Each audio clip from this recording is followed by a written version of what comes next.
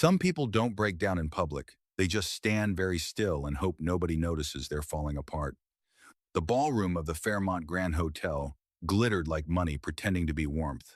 Crystal chandeliers floated above a sea of tailored tuxedos and designer gowns, while soft jazz drifted through the air like it had been hired not to disturb anyone important.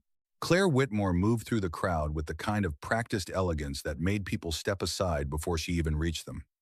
White dress, diamond earrings, perfect posture. The youngest CEO in Whitmore Foods history looked untouchable from a distance. Up close, she looked tired. Her phone vibrated again in her hand. Fourth call in 10 minutes. Richard Whitmore. She didn't answer. Didn't need to. She already knew what her father wanted. Grant Ellison had arrived 20 minutes ago with a smile too polished to trust and a handshake that felt like signing paperwork. Investors loved him. Her father adored him. Claire could barely breathe around him. "You're avoiding people again," Grant said as he appeared beside her, carrying 2 champagne glasses. Claire forced a faint smile. "I'm hosting 800 people tonight. Hard to avoid all of them. Your father's looking for you." Of course he was. Her eyes drifted past the ballroom windows toward the parking structure across the street.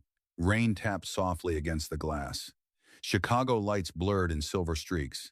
For one brief second, she wished she were anywhere else. Grant lowered his voice. "You can't keep embarrassing him like this." Claire looked at him then. Really looked. Expensive watch. Perfect teeth. Empty eyes. "Watch me," she replied quietly before turning away. She walked fast through the service corridor behind the ballroom, heels clicking sharply against concrete floors now stripped of luxury and applause. The farther she moved from the gala, the easier it became to breathe. The air smelled faintly of rainwater and motor oil. Somewhere nearby, someone laughed over a radio station playing old R&B. Then she saw him. A black Ford pickup sat beneath a flickering garage light with its hood raised. A tall black man leaned over the engine bay, sleeves rolled to his elbows, one hand steady against a flashlight balanced near the battery. Grease marked the edge of his dark gray work shirt. Calm movements. No rushing, no frustration, just quiet focus. In the back seat, a little girl slept curled beneath a pink hoodie with a children's science book resting open against her lap. Claire slowed, without meaning to. Earlier that evening, she had mistaken him for valet parking staff near the hotel entrance. She'd handed him her keys without looking twice. "Don't scratch it," she had told him coldly. He hadn't taken the keys. Hadn't argued either. Just looked at her with steady eyes and said, "I fix things, ma'am. I don't take what isn't handed with respect." She should have forgotten the moment. Instead, it had followed her all night. The man finally noticed her standing there. He straightened slowly, wiping his hands with an oil-stained rag. His expression didn't change when he recognized her. No bitterness, no performance. Somehow that made it worse. Claire folded her arms tightly against herself, though the garage wasn't cold. Her voice almost failed the first time she tried to speak. "My father wants to meet you," she whispered. The man blinked once. Rainwater dripped somewhere in the distance. Inside the truck, the little girl shifted softly in her sleep. He glanced toward her first, before looking back at Claire. That tiny movement hit her harder than it should have. "Ma'am," he said carefully, his voice low and steady. "I think you might have the wrong person." Claire swallowed. For the first time all night, the powerful CEO who controlled a billion-dollar company looked less like a woman in charge and more like someone standing at the edge of a cliff, hoping a stranger might talk her down. Marcus Bennett had spent most of his life around people who talked too fast when they were nervous. Claire Whitmore did the opposite. She went quieter. He could see it in the way her shoulders held tension without moving, in the way her fingers tightened around her phone every time it buzzed. Important people usually filled silence to prove they controlled it. This woman looked like silence was the only thing keeping her together. Marcus closed the hood of the truck carefully so the sound would not wake Lily. The old latch clicked into place beneath the soft rhythm of rain tapping against concrete beams overhead. Claire stayed where she was, expensive white heels inches from a puddle she probably had never noticed in her life before tonight. "I am serious," she said finally. "My father expects me at dinner tomorrow night, and I told him I was seeing someone." Marcus rested the rag against his shoulder. "And somehow that became me." She looked embarrassed by that, actually embarrassed. It softened something around her eyes that had looked sharp all evening. "I panicked. That usually ends expensive for somebody, Marcus replied. The corner of Claire's mouth twitched like she almost smiled, but the expression disappeared before it fully arrived. Her phone rang again. Richard Whitmore. She silenced it immediately. Marcus noticed the way her hand trembled afterward. Small, fast. The kind people tried hard to hide. You could just tell him the truth, he said. Claire gave a dry laugh that sounded older than she looked. You do not know my father. No, ma'am. But I know fear when I see it. That landed harder than she expected. He saw it immediately. Her posture stiffened for half a second before settling again. Most men in rooms like hers probably spent their time trying to impress her. Marcus was simply observing her, calm as rain. It unsettled her more than arrogance ever could. Claire stepped closer, lowering her voice instinctively even though the garage was empty. He already invited investors, board members. Grant Ellison will be there. Marcus nodded slowly. The man from upstairs. You noticed him? Hard not to. Man smiles like he charges interest on handshakes. Claire let out a surprised laugh before catching herself. Real this time. Short, tired, human. For a second, she looked less like a CEO and more like someone who had not laughed honestly in months. Marcus glanced toward the truck again. Lily remained asleep beneath the oversized hoodie, one small hand curled near her cheek. The science book had slipped sideways against the seatbelt. Claire followed his gaze. How old is she? 8. She waited out here while you worked? Could not afford a sitter tonight. He said it plainly. No shame attached. Just truth. Claire looked down at the concrete floor. The silence stretched between them, but it did not feel empty anymore. Somewhere above them, distant music from the ballroom vibrated faintly through the ceiling, wealth celebrating itself. Marcus could almost smell the expensive perfume drifting through the ventilation system. It felt very far away from this parking garage and the sleeping child inside his truck. Claire inhaled carefully. I offered the wrong thing earlier. Marcus looked at her. The money. Rainwater dripped steadily from a pipe near the wall. Claire folded her arms tightly again. I am used to solving problems with contracts, payments, arrangements. Does it work? He asked softly.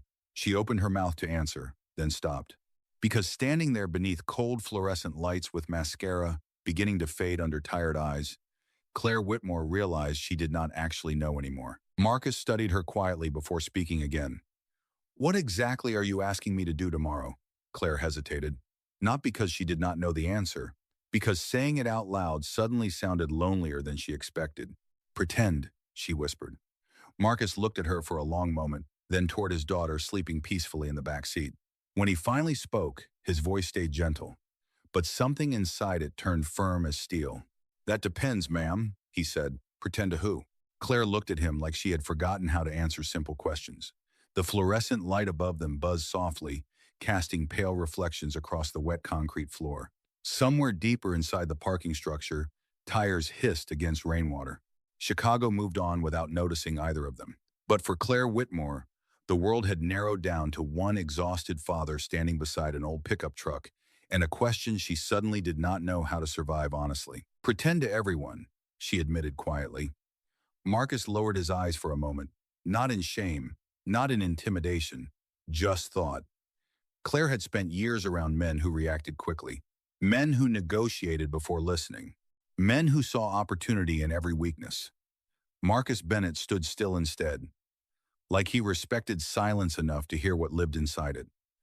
I see, he said at last. Claire tried to straighten herself back into the version the world recognized. CEO, controlled, untouchable. It would only be dinner, she explained carefully. 2 hours, maybe 3. My father believes appearances matter. Investors do too. Marcus gave a faint nod.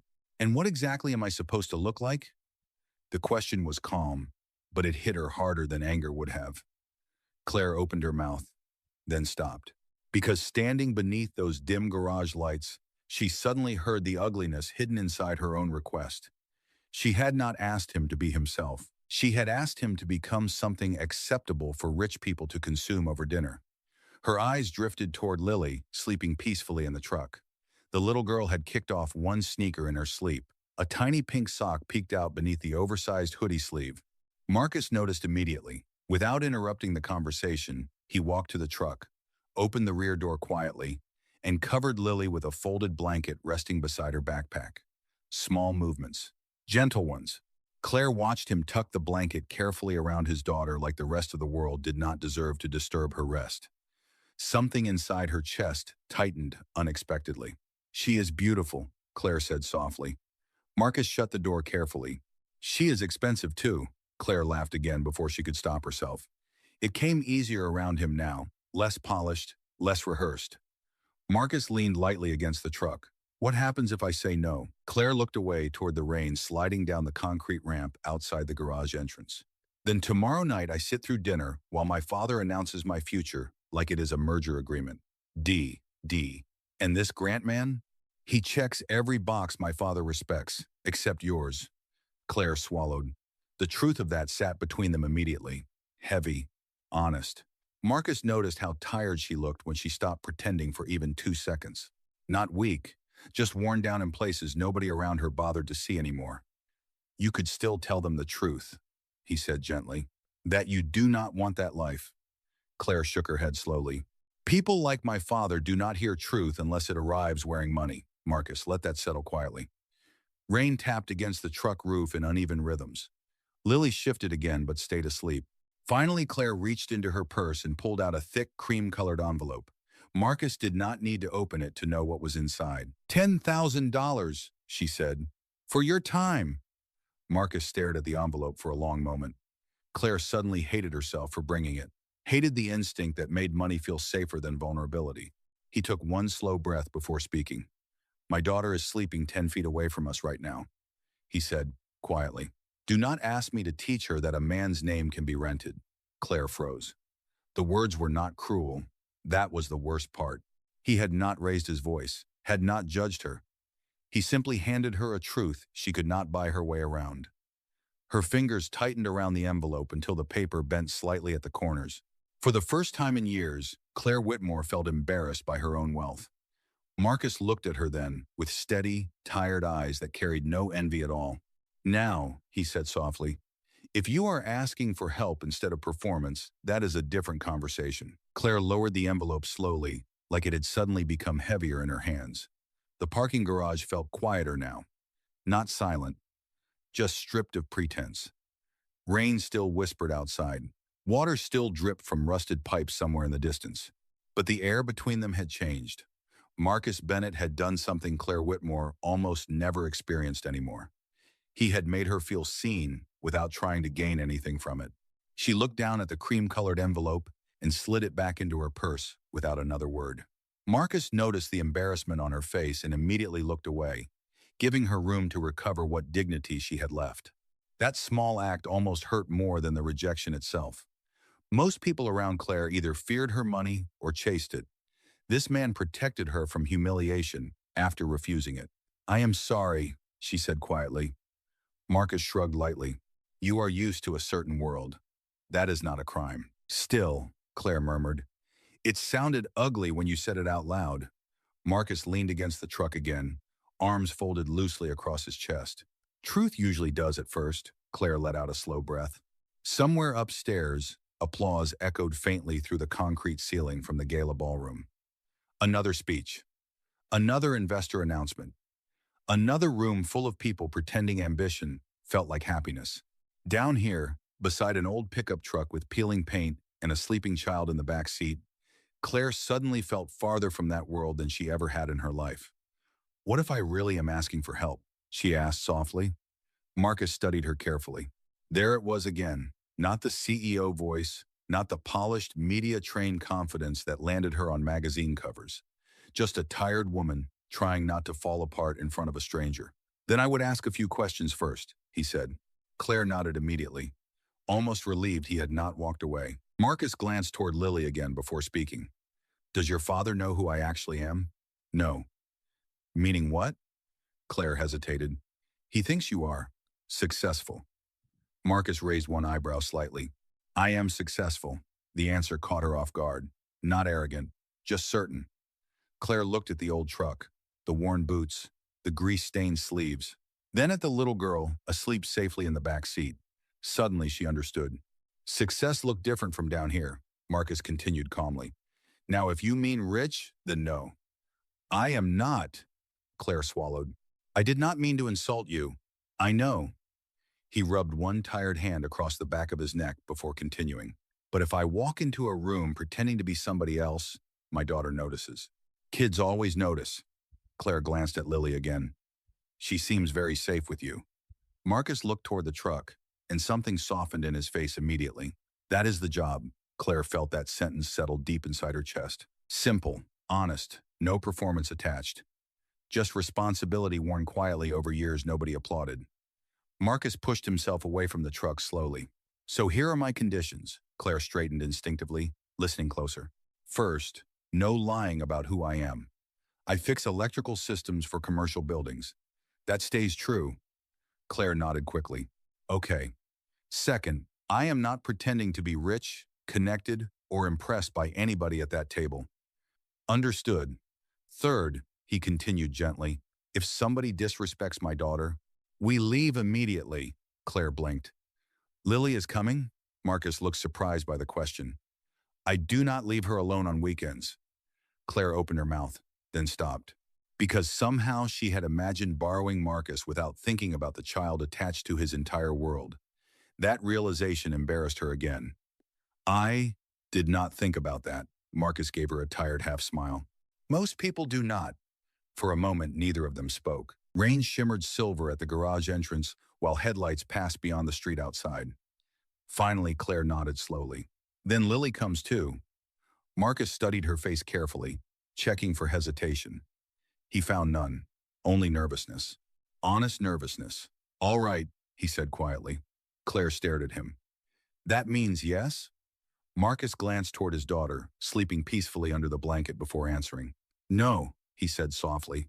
It means tomorrow night, an 8-year-old girl decides whether I trust you enough to walk into that house. Claire Whitmore had negotiated acquisitions worth hundreds of millions of dollars without losing composure once, but the idea of being evaluated by an 8-year-old girl made her stomach tighten in ways a boardroom never had.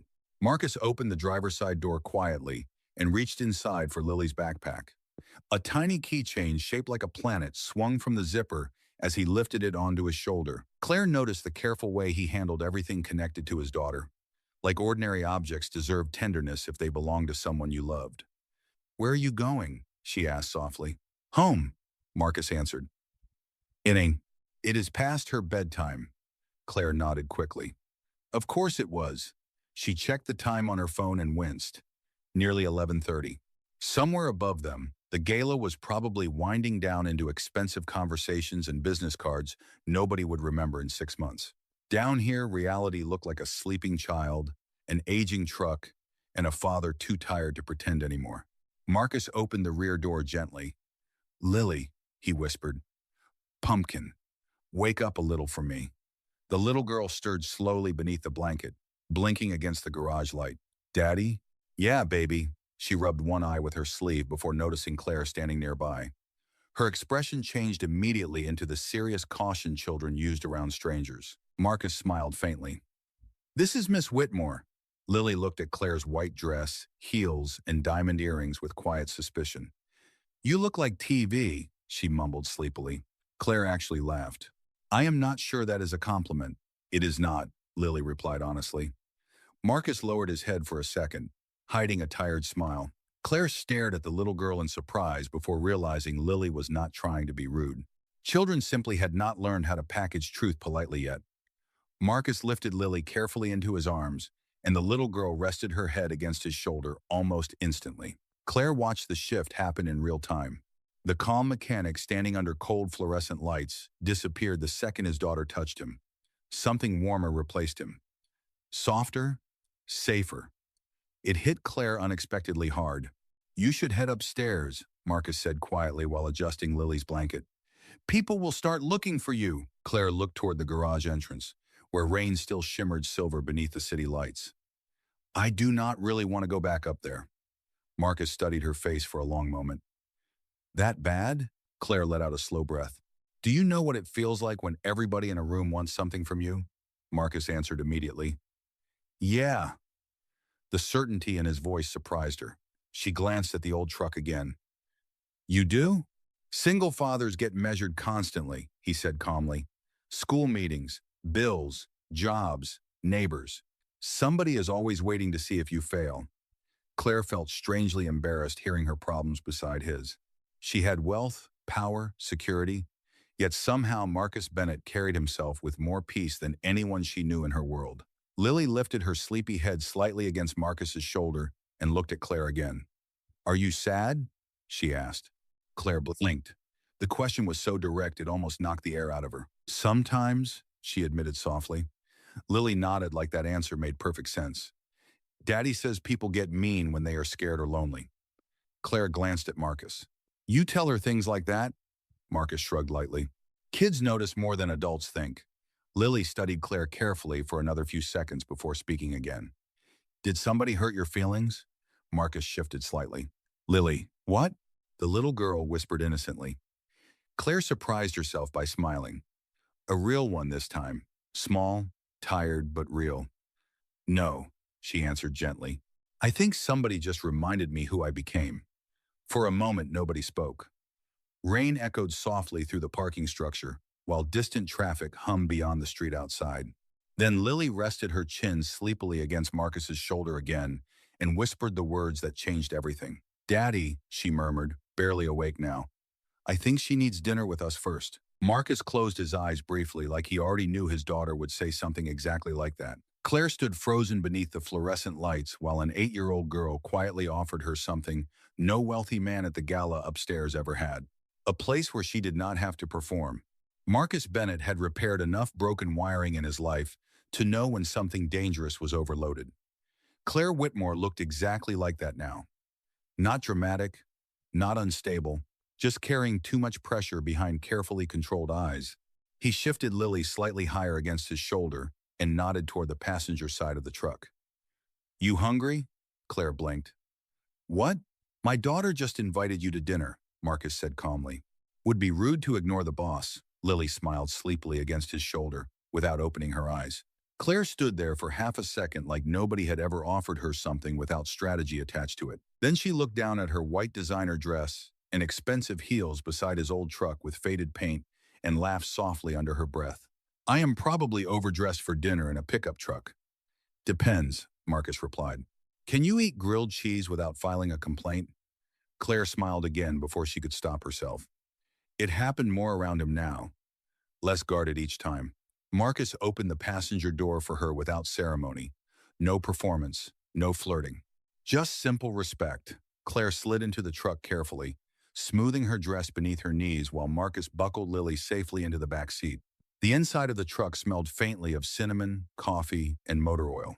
A child's sweater hung from the back of the seat beside a grocery bag filled with coloring books. Claire noticed a handwritten note taped near the dashboard in purple marker. You are somebody's reason to feel safe today. Her chest tightened unexpectedly. Marcus climbed into the driver's seat and turned the key. The engine rumbled alive with the tired sound of something older than comfort but dependable enough to trust. Rain streaked across the windshield as they pulled slowly out of the garage and onto wet Chicago streets glowing beneath traffic lights. For a while, nobody spoke. Jazz played quietly through the truck radio. Lily slept peacefully behind them. Claire watched reflections slide across the window glass, while skyscrapers faded farther behind. You really let your daughter decide things like this? She asked finally. Marcus kept his eyes on the road. About people? Usually. That seems risky. Not really, he answered. Children know when somebody feels fake. Adults just learn to ignore it. Claire folded her hands quietly in her lap. Outside, downtown lights gave way to smaller streets, lined with closed diners and laundromats glowing pale blue against the rain. You trust her judgment that much? Marcus nodded once. After her mother died, Lily stopped talking for almost 4 months. Claire turned toward him immediately. Marcus said it gently, plainly, like grief had settled into his life years ago and learned how to sit quietly without announcing itself anymore. I am sorry, Claire whispered. Me too. The truck fell silent again. Claire stared ahead at the blurred windshield while something heavy shifted inside her chest. Most people in her world hid pain beneath image and achievement. Marcus carried his honestly. Not loudly, just truthfully. She glanced toward Lily sleeping peacefully in the back seat and understood suddenly why the little girl felt so safe. Marcus had built his life around protecting softness instead of punishing it. 20 minutes later, the truck turned into a modest apartment complex on the edge of Bronzeville. Nothing fancy. Brick buildings, flickering porch lights, the smell of rain and fresh laundry drifting through open stairwells. Marcus parked beside a dented blue sedan and killed the engine. "Home sweet kingdom," he said quietly. Claire stepped out carefully, heels clicking against wet pavement. She looked up at the building with surprise she tried to hide. Not disappointment, just unfamiliarity, Marcus noticed anyway. "Smaller than your office, I know." Claire shook her head immediately. "No, just quieter." Marcus lifted Lily gently into his arms again, while balancing the grocery bag against his side. Claire reached instinctively toward the bag. "Can I help?" Marcus paused. Most wealthy people offered help the way they offered tips. Out of politeness, not participation. But Claire looked sincere, standing there in the rain beneath a streetlight, white dress damp at the edges, waiting for permission instead of assuming it. He handed her the bag slowly. "Careful," he said. "Those crayons are apparently priceless." Claire looked inside and saw dozens of tiny drawings folded between grocery receipts and math worksheets. Rockets. Dinosaurs. A badly drawn giraffe wearing sunglasses. She smiled softly before following Marcus toward the apartment stairs, carrying something more valuable than anything she had touched all night. The apartment smelled like butter, laundry soap, and something warm simmering slowly on the stove. Claire Whitmore stood just inside the doorway, while Marcus carried Lily toward the bedroom down the short hallway. The place was small, not cramped, just honest about its size. A faded blue couch sat beneath a bookshelf filled with children's science magazines and repair manuals. Crayon drawings covered one side of the refrigerator beside grocery lists and school reminders written in thick black marker. One note near the freezer read, "Lily's dentist appointment Thursday. Do not forget again, Marcus." Claire smiled faintly at that. Wealthy homes, she knew, looked designed for magazines. This apartment looked designed for people to survive inside it. Marcus returned a minute later, rolling down his sleeves. "She is out cold," he said quietly. Claire nodded while still holding the grocery bag carefully against her hip, like she was afraid to damage the drawings inside, Marcus noticed. "You can put those on the table. They survive tornadoes." Claire walked to the small kitchen table and gently set the bag down anyway. Her fingers brushed against one of Lily's drawings, sticking halfway out of the top. A little black girl wearing a purple cape stood beside a tall man holding a toolbox. Above them, written in uneven handwriting, were the words, "Daddy fixes everything." Claire looked at the picture longer than she meant to. Marcus opened the refrigerator and pulled out a carton of tomato soup. "I was planning on grilled cheese before the gala situation happened." "Sounds perfect," Claire answered softly. Marcus glanced over his shoulder with mild suspicion. "You sure? No truffle oil? No tiny portions balanced on expensive plates?" Claire laughed quietly while slipping off her heels near the couch. "Honestly, that sounds exhausting tonight." Marcus nodded like that answer made sense. He moved comfortably around the kitchen, heating soup while butter crackled softly in a skillet. Claire watched him work with the same steady calm he carried everywhere else. Nothing rushed, nothing performed. The apartment lights were warm instead of bright, and rain tapped softly against the windows, while old jazz played low from a radio near the sink. For the first time in months, maybe years, Claire felt no pressure to speak. Marcus handed her a glass of water without asking if she wanted one. Somehow that simple gesture touched her more than luxury dinners ever had. "You really cook after working all day?" she asked. Marcus shrugged lightly while flipping sandwiches in the skillet. "Lily says grilled cheese tastes better when somebody is tired making it." Claire leaned against the kitchen counter quietly. "Your daughter says things adults spend years trying to learn. Kids are smarter before the world interrupts them too much." Claire lowered her eyes at that. Marcus noticed the shift immediately. "You thinking about your father?" She gave a faint nod. "He used to be different." Marcus did not ask for details. Claire appreciated that more than she expected. Most people became curious when powerful families cracked open. Marcus simply let silence sit beside her without trying to own it. He set 2 grilled cheese sandwiches onto chipped ceramic plates and carried them to the table beside bowls of soup. Claire stared at the meal for a second. Nothing expensive. Nothing impressive by corporate standards. But the smell alone made something inside her chest ache unexpectedly. When was the last time you ate today? Marcus asked casually while sitting down across from her. Claire paused. I had champagne at the gala. Marcus raised one eyebrow slowly. That bad, huh? She smiled tiredly. Worse. They ate quietly for a few minutes while rain streaked across the apartment windows. Claire noticed Marcus never checked his phone once. Not for work, not for distraction. His attention stayed fully inside the room, present, steady. She realized suddenly how rare that felt. Can I ask you something? She said softly. Marcus nodded while tearing his sandwich in half. Why did you really say yes tonight? Marcus looked toward the hallway where Lily slept before answering. Because my daughter watches how I treat tired people. Claire felt her throat tighten slightly. Marcus took a slow sip of water before continuing. And because you looked like somebody carrying a heavy box for too long? Claire stared down at her soup bowl while emotions she normally managed with meetings and schedules suddenly felt harder to organize. Nobody in her world described loneliness that simply, or saw it that quickly. Marcus leaned back in his chair quietly. You know what the strange thing is? Claire looked up. What? He gave a faint, tired smile. You walked into this apartment looking embarrassed by your wealth. Claire let out a breath that almost sounded like surrender. That is because tonight was the first time somebody made me realize how poor my life actually feels. Claire stayed longer than she intended. That surprised her most of all. Normally, her life moved in 15-minute blocks controlled by assistants, calendars, and phone alarms that never seemed to stop ringing. But inside Marcus Bennett's apartment, time slowed down into smaller things. Soup cooling in a bowl, rain against windows, the hum of an old refrigerator, a father rinsing dishes while checking quietly down the hallway every few minutes to make sure his daughter stayed asleep. It felt strangely sacred. Marcus stood at the sink, rolling his sleeves higher, while warm water ran over the plates. Claire watched him for a moment before speaking softly. You do not have to clean up while I sit here. I know, he answered. But tomorrow morning Lily will ask why there are dishes in the sink, and I prefer avoiding that level of judgment. Claire smiled into her water glass.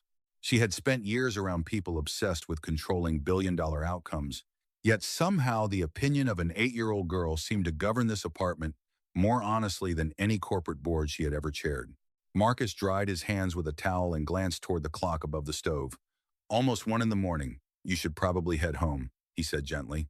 Claire nodded slowly, but neither of them moved immediately. The quiet between them no longer felt awkward, just full. Marcus leaned lightly against the counter. You afraid of tomorrow? Claire looked down at her hands. The question should have been easy. She had faced reporters during lawsuits, investors during market crashes, and rooms full of executives waiting for her to fail. But this felt different somehow, more personal. I am afraid of becoming the kind of person my father understands, she admitted quietly. Marcus watched her carefully. And what kind is that? Claire gave a tired smile without humor.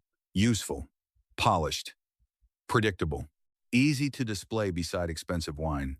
Marcus nodded slowly like he understood more than she expected. You know what my daughter asked me after her first week at private school? Claire looked up. What? She asked if rich kids were happier because their backpacks looked newer. Claire felt something tighten painfully in her chest. Marcus continued calmly. I told her money can buy quieter problems. That is all.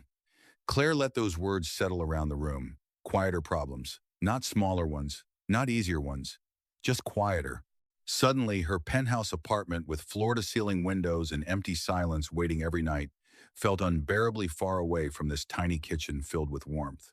Marcus walked toward the hallway and dimmed the apartment lights slightly so they would not wake Lily.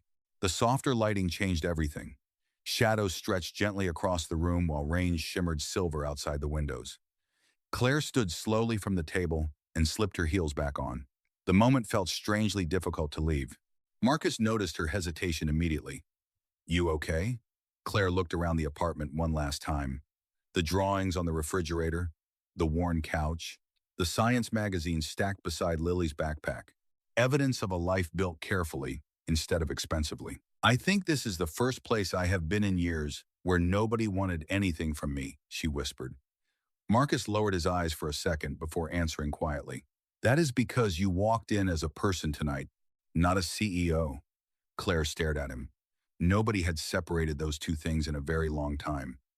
Her phone buzzed suddenly against the table, sharp and intrusive in the quiet apartment. Richard Whitmore. Again. Claire looked at the screen glowing in the dim kitchen light. Marcus said nothing. He simply waited. After a long moment, Claire silenced the call and slipped the phone back into her purse without answering. Marcus noticed the sadness behind that choice. He worries about control more than connection, huh? Claire let out a small breath that almost sounded like surrender. I do not think my father knows the difference anymore. Marcus walked her toward the apartment door slowly. When he opened it, cool, rain-scented air drifted softly through the hallway. Claire paused before stepping out. So what happens now? Marcus leaned lightly against the doorframe, tired but steady as always. Tomorrow night, you meet me after work, Claire nodded. And then? Marcus gave the faintest smile. Then we find out whether your father recognizes integrity when it shows up without a necktie worth $5,000. Claire laughed softly despite herself. The sound lingered warmly between them. For the first time in months, the idea of tomorrow did not feel like something she needed to survive alone. The next evening, Chicago wore the soft gray colors of coming rain again. Marcus Bennett stood outside the Whitmore estate adjusting the collar of a clean navy button-down shirt, while Lily smoothed invisible wrinkles from her purple cardigan beside him. The mansion rose behind iron gates and trimmed hedges, like something built to impress people before they even stepped inside. Warm, golden light glowed through massive windows. Expensive cars lined the curved driveway. Somewhere beyond those walls, powerful people laughed over wine glasses and business deals. Lily looked up at the house quietly. Do rich people always live this big? Marcus glanced down at her. Sometimes. Why? Marcus thought about that for a second. Maybe silence sounds louder in big houses. Lily nodded, like that answer made perfect sense. A black sedan pulled smoothly toward them before stopping near the front steps. Claire Whitmore stepped out wearing a dark emerald dress with her hair tied back simply tonight, less polished than the gala, but somehow more beautiful because of it. When she saw Marcus and Lily standing there together beneath the estate lights, something in her expression softened immediately. Relief. Real relief. Lily noticed first. Children always did. You look less sad today, Lily announced matter-of-factly. Claire blinked in surprise before smiling softly. I had grilled cheese last night. Apparently that helped. Lily accepted that answer seriously. Marcus opened the rear passenger door for Lily, while Claire stood beside him quietly. For a second, neither spoke.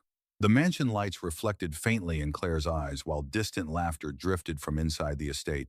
You still have time to leave, she whispered.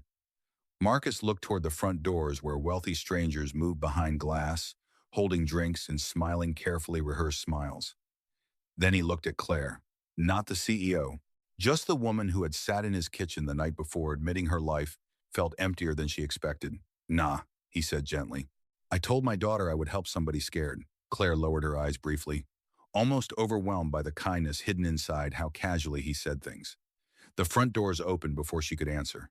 Richard Whitmore descended the marble staircase slowly, silver-haired and sharp-eyed in a tailored black suit that probably cost more than Marcus's truck. Grant Ellison followed beside him holding a drink and the kind of confident smile that always looked borrowed. Richard's gaze landed on Marcus first, then Lily, then back to Claire. Silence spread across the front steps, like a test nobody announced out loud. Claire, Richard said carefully, you did not mention your guest would bring a child. Marcus felt Lily's hand tighten slightly around his fingers. Tiny movement, easy to miss. He squeezed back gently without looking down. Claire straightened instinctively beside him. Her name is Lily, she answered evenly. And Marcus does not go places pretending he is not a father. Richard studied Marcus longer this time, measuring, calculating. Grant offered a polite smile that never reached his eyes. Marcus Bennett, right? He said smoothly. Electrical maintenance? Marcus nodded once. That is right. Grant sipped his drink lightly. Interesting, Marcus looked at him calmly. Usually means somebody expected something else. Claire almost smiled despite the tension. Richard noticed. That bothered him more than Marcus's answer did. The older man stepped closer slowly. Claire tells me you have been spending time together. Marcus glanced briefly toward Claire before answering honestly. Mostly talking. Richard looked confused by that response, as if he had forgotten people could spend time together without trying to gain advantage from it. Lily looked up at the towering mansion and whispered softly to Marcus. This house feels lonely. The words were quiet, but everybody heard them. Richard's expression shifted almost imperceptibly. Grant looked uncomfortable. Claire lowered her eyes immediately because the little girl had somehow spoken the exact truth. Nobody inside those walls dared say aloud. Marcus rested one steady hand against Lily's shoulder. "Remember what we talked about, baby?" Lily nodded politely. "Do not say every thought out loud." "Exactly." Richard stared at the child for another long second before finally stepping aside from the entrance. "Dinner is ready," he said quietly. Marcus looked toward Claire. She looked back at him with something fragile and grateful shining behind her guarded expression. Then together, beneath the warm lights of a mansion filled with power, expectation, and polished loneliness, a tired father and his little girl walked beside a woman who no longer felt quite as alone as she had the night before.